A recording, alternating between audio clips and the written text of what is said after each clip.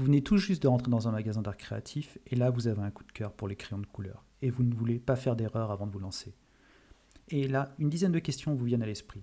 Pourquoi un crayon de couleur artistique vous coûte plusieurs euros l'unité? Combien de temps dure-t-il? Quelle est la meilleure marque de crayon? Faut-il acheter tout un set de 100 crayons pour commencer? Si je ne sais pas dessiner, comment je vais m'y prendre pour réaliser un beau coloriage? Combien me coûte un livre de coloriage? Combien coûte un bloc de papier? Lequel dois-je choisir? Toutes ces questions, nous allons y répondre ensemble dans cette vidéo.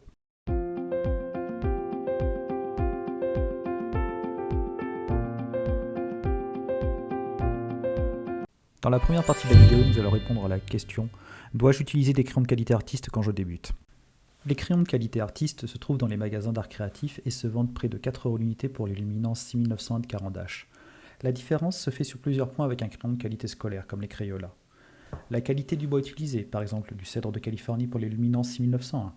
La qualité du pigment et leur durée dans le temps, par exemple les luminances 6901, sont de qualité musée et sont pensés pour la vente d'œuvres d'art et la résistance dans le temps car ils sont garantis 100 ans par Caran d'Ache contre la dépigmentation. Leur possibilité de faire des dégradés de couleurs et des superpositions et des mélanges à l'infini. Le lieu de fabrication aussi. L'Europe pour les marques comme Faber-Castell ou Caran d'Ache ou le Mexique pour les Prismacolor. Ainsi que la possibilité de les acheter à l'unité aussi bien sur internet que dans les magasins d'art créatifs. Si vous êtes patient et aimez la minutie, le crayon de couleur artiste est fait pour vous. Afin que les informations soient plus lisibles et plus compréhensibles pour chacun d'entre vous, je vous ai résumé l'ensemble des informations sous une carte mentale. Vous avez ici la carte mentale des crayons de couleur avec toutes leurs qualités et les différents types de crayons que vous avez rencontrés sur le marché. Vous avez dans un premier temps les crayons à base d'huile comme les Faber-Castell qui sont fabriqués en Allemagne. Vous avez sur votre gauche les crayons à base de cire comme les Prismacolor qui sont fabriqués au Mexique, les Holbein qui sont fabriqués au Japon, d'où le prix. Quand vous voyez le prix d'un Holbein, c'est plus cher qu'un Prismacolor et plus cher qu'un crayon suisse comme le Caran d'Ache. Les Caran d'Ache, donc vous avez les 6901 qui ont la certification ASTM D 6901 qui sont garantis 100 ans contre la dépigmentation et qui sont fabriqués en Suisse à partir de cèdre. L'avantage des crayons de couleur de qualité artiste, ce sont les techniques que vous pouvez utiliser, à savoir les mélanges, les dégradés, la superposition de couleurs. Dans cette deuxième partie de la vidéo, nous allons aborder la question essentielle, dois-je acheter les crayons plutôt à l'unité ou plutôt en lot dans les magasins ou en ligne? Faut-il acheter les gros sets de crayons de couleur ou non? Que vous pouvez trouver sur AliExpress, sur Amazon. En théorie, je dirais que non, mais pour cela, il faut déjà maîtriser la théorie des couleurs qui est une science en soi. Pour un débutant, elle n'est pas forcément évidente à appréhender et vous allez gagner du temps directement en ayant la bonne teinte. Un set de couleurs de base est un bon compromis. Vous ne revenez pas tout en sachant que ce sont les couleurs de base que vous allez le plus utiliser au début et vous allez le plus renouveler avec le crayon blender, le crayon blanc et le crayon noir. Les deux derniers crayons servant à représenter les lumières hautes et les ombres. De plus, je vous déconseille pour commencer de vouloir commencer par un gros set, car il se peut que le médium ne vous plaise tout simplement pas et que vous abandonniez très rapidement après avoir fait uniquement quelques dessins et vous ne rentabiliserez très certainement pas vos crayons de couleur. Là, je vous tiens à la main deux exemples de crayons de couleur de qualité artiste. Vous avez d'un côté le Luminance, le jaune, et le vert, c'est le Polychromos. Donc ce sont deux crayons d'extrêmement bonne qualité. Bon, l'inconvénient, c'est que le Polychromos, il roule beaucoup plus sur le bureau comparé au Caran d'Ache, qui a l'air beaucoup plus centré et équilibré. Pour vous montrer la différence de couleur et l'intérêt d'avoir des crayons de qualité artiste, je vais réaliser un très léger dégradé. Du papier pour média mixte. Donc là, je commence par utiliser le crayon vert pour déposer une couche de base. Je le tire par l'extrémité pour ne pas mettre le plus de pression, pour mettre le moins de pression possible afin de réaliser un dégradé qui se fonde magnifiquement bien avec le jaune. Donc vous avez quand même un crayon jaune qui est à base de cire et un crayon vert qui est à base d'huile. La différence entre les deux teintes, entre les deux techniques, fait que le crayon à base d'huile se fond beaucoup plus difficilement que le crayon à base de cire. Le fait que je l'utilise par le bout, par l'extrémité, n'aide pas nécessairement au mélangeage. Moi, j'ai pas la technique des petits ronds. Il y en a qui utilisent cette technique-là, de faire des petits ronds et de le tenir de façon régulière sur la zone à colorier. Moi, je suis pas du tout un aficionado de cette technique-là. Donc là, je repasse des couches régulières de bleu et de jaune. En faisant bien attention à faire que le dégradé soit assez long. C'est-à-dire ne pas s'arrêter à la jonction des deux zones, mais bien aller en profondeur pour faire qu'il y ait une transition progressive. Donc là, je continue de dégrader avec mon crayon vert. L'intérêt, là je vous le montre, elle est un peu plus près à la caméra, c'est de voir que les couleurs se fondent. Bon, là, le problème que vous voyez ici, qui apparaît avec l'utilisation de crayons de couleur pour faire des aplats, c'est que le Caran d'Ache est beaucoup plus pratique pour faire il est beaucoup plus tolérant que le polychromos, qui va nécessiter de mettre plus de pression. Je vais vous présenter là un petit exemplaire de mes crayons de couleur fétiches, les Luminance. C'est vraiment la Rolls des crayons de couleur, hein, de par la qualité de la cire utilisée, les pigments. On voit qu'ils ont vraiment fait un travail qualitatif dessus. Et dans la partie 3 de la vidéo, nous allons voir quelles sont les meilleures marques de crayons de couleur et celles qu'il faut choisir et privilégier en priorité par rapport à d'autres. Dans cette troisième partie, nous allons aborder le choix de la marque de crayon de couleur. Quand vous commencez le crayon de couleur, vous êtes perdu dans le nombre de références et de produits existants. Aux marques références et que vous trouvez facilement dans les magasins d'art créatif et sur Internet. Les marques européennes comme Faber-Castell et Caran d'Ache existent depuis le début du XXe siècle et résistent très bien à la dégradation à la lumière. Pour le Faber-Castell, c'est un crayon à base d'huile, donc la mine est bien plus dure que les crayons à base de cire. Et le Caran d'Ache, quant à lui, résiste aussi également très bien à la lumière. Il a une mine beaucoup plus douce que le Faber-Castell. Vous pouvez le voir là ici, je ne sais pas si vous voyez bien la caméra. Hop, voilà. Ça, c'est le Caran d'Ache. C'est des Luminance. Il faut savoir qu'il existe des Pablo aussi, qui sont des crayons à base d'huile chez Caran d'Ache, qui sont beaucoup moins de fans que les Luminance, parce qu'ils sont beaucoup plus durs et qu'en fait, ça nécessite plus de technique pour les utiliser. Alors que les crayons à base de cire, ils sont beaucoup plus permissifs. Et je pense qu'au long cours, ils sont beaucoup plus agréables à utiliser aussi. Il y a également la marque américaine Prismacolor qui est très présente sur les réseaux sociaux, qui est la moins chère des trois car fabriquée au Mexique, alors que les deux premières sont fabriquées en Europe.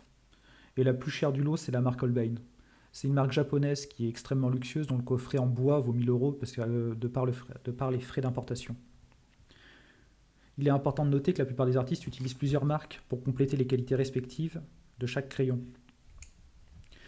Les crayons à base de cire comme les Prismacolor se mélangent aussi facilement entre eux pour réaliser des superbes dégradés, mais connaissent également des problèmes de qualité inégale comme le nombre d'opinions négatives existe sur les réseaux sociaux parce que les Prismacolor sont une marque très facilement copiée sur les sites comme AliExpress ou sur Shine.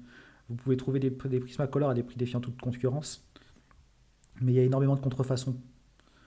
Et il y a aussi beaucoup de problèmes de qualité en plus de la contrefaçon qui doit exister, mais même si ça reste un phénomène minoritaire, je pense, il y a des gros problèmes de qualité chez Prismacolor de par la délocalisation de la fabrication au Mexique.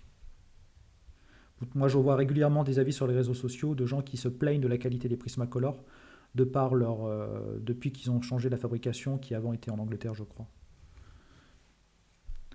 Il y a aussi un autre problème avec les Prismacolor et avec les crayons à base de cire en général, c'est ce qu'on appelle le wax bloom. Le wax bloom, c'est l'apparition de la cire. C'est la cire qui remonte à la surface du dessin, qui se décolle après un certain temps d'application. Donc il est nécessaire d'appliquer un fixateur sur le produit pour éviter que ça se reproduise au fil du temps. Dans cette quatrième partie, nous allons aborder le choix crucial du livre de coloriage et de bien savoir identifier son niveau en amont avant de se positionner sur un livre de coloriage pour ne pas être déçu. Vous voyez ici le premier livre de coloriage que j'ai acheté de la série Art et Décoration en hors-série qui représente un cahier de coloriage sur Paris et merveilles de la dessinatrice Ishi Oshua. Je pense que ça se prononce comme ça, même si elle doit être asiatique au vu de son prénom et de son nom. Donc c'est l'un des plus difficiles pour moi à réaliser parce que c'est l'un des cahiers qui ne présente pas de guide et de coloriage, qui ne présente pas de nuancier à la base. Moi, j'ai eu beaucoup de difficultés à réaliser celui-ci parce que pour la simple et bonne raison que c'était mon premier cahier de coloriage et que ça nécessite de maîtriser déjà la technique des nuanciers et de maîtriser ses crayons de couleur. Vous allez voir à la fin un peu quelques erreurs là que j'ai pu faire, par exemple le fait d'avoir utilisé des feutres à alcool sur un papier qui n'est pas du tout adapté. Donc j'aurais mieux fait de faire un décalcage de cette page-là sur un papier layout. Là vous voyez par exemple un des premiers coloriages que j'ai réalisé en utilisant une technique de polissage au crayon blanc et en utilisant du blender pour donner des effets sur les couleurs. J'en étais assez content d'ailleurs de ce coloriage-là parce que c'était le premier que je réalisais quasiment intégralement sur le dessin. C'est quelque chose moi qui me tenait à cœur de réaliser et de vous montrer ce cahier de coloriage incomplet parce que c'est quand même une facette mal connue des coloristes, c'est qu'en fait on commence beaucoup de choses mais on en termine peu je pense parce on fonctionne souvent au coup de cœur. Et dans un livre de coloriage on a tous nos chouchous et on a tous nos dessins préférés, ceux qui nous inspirent le plus. Moi la ville de Paris m'inspirait particulièrement parce que j'habite en région parisienne pendant des années et que c'est une ville qui me manque par son aspect culturel et architectural. Donc je pense que ça pourrait être un bon conseil. Si je pouvais donner un bon conseil pour vous, c'est de commencer par les Disney Mystères.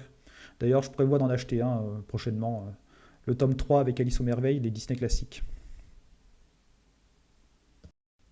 Dans la cinquième et dernière partie de la vidéo, je vais vous présenter un tips important, enfin une astuce pour ceux qui ne parlent pas anglais, importante concernant les tailles crayons.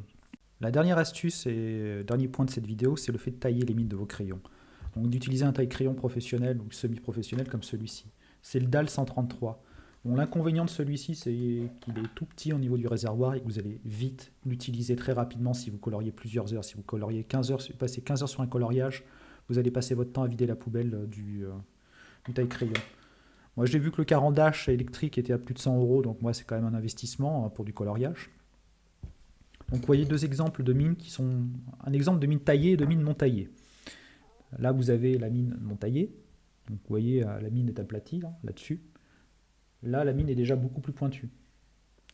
Et c'est l'un des défauts, c'est qu'à partir du moment où vous allez beaucoup plus être en difficulté pour appliquer uniformément les couches, si votre crayon n'est pas taillé correctement. Donc vous allez passer votre temps à tailler votre crayon manuellement. Mais si vous le faites à la main, alors l'achat du taille-crayon électrique, moi c'est le prochain achat que j'envisage sur la chaîne pour compléter le matériel, parce que bon, le DAL 133 c'était déjà une bonne avancée par rapport au taille-crayon scolaire, mais là je pense que ça va être encore plus le prochain élément qui va vraiment me...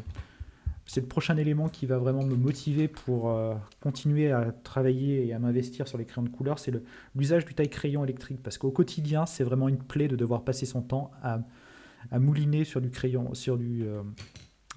taille-crayon manuel.